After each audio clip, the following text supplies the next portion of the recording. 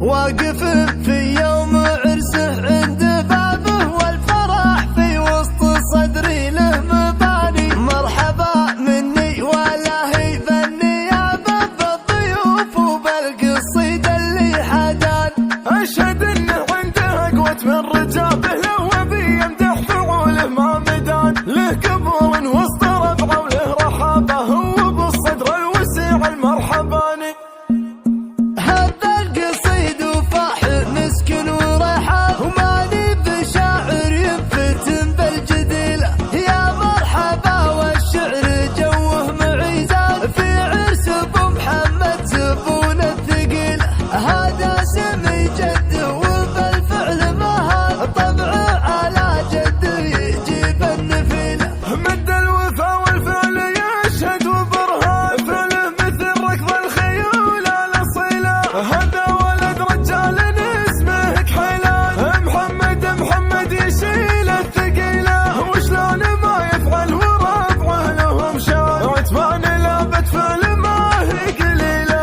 يا طيب حظ اللي تعز وبعتبان، ما يسمع الا دبك خيل وصهيلة. من ماضي الوقت انغش الجو دخان، فعولهم حد السيوف الصقيلة. من نجد تبدا دار ذار بين الايمان، الين تصل للحجاز وتخيله.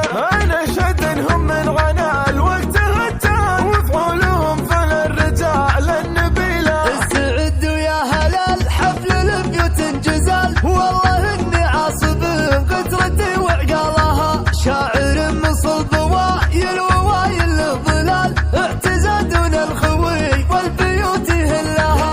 علموا من يبغي الشعر يبغى نزال، يتحدر نبتي لا درج لسلها.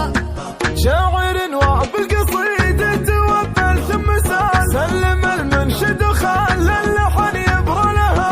ابشر يا خوي لو بحال نمان، دونك اثني ركبتي والصعابة حلها. نعرف الخوة ونعرف مداخيل الرجال، نعرف الرد الفتن في نحر من قالها. لا هو الله والدعاء من ولا هو الدخل، لكن الله حطه اخون يشيل ثقالها. خابر بنك المراجل فعول انجزال، في دروب المرجلة ما يحسب فقط وحصريا على استوديو أفراح المناسبات، لكل جديد وحصري في عالم الشيلات والزفات والقصايد الشعرية.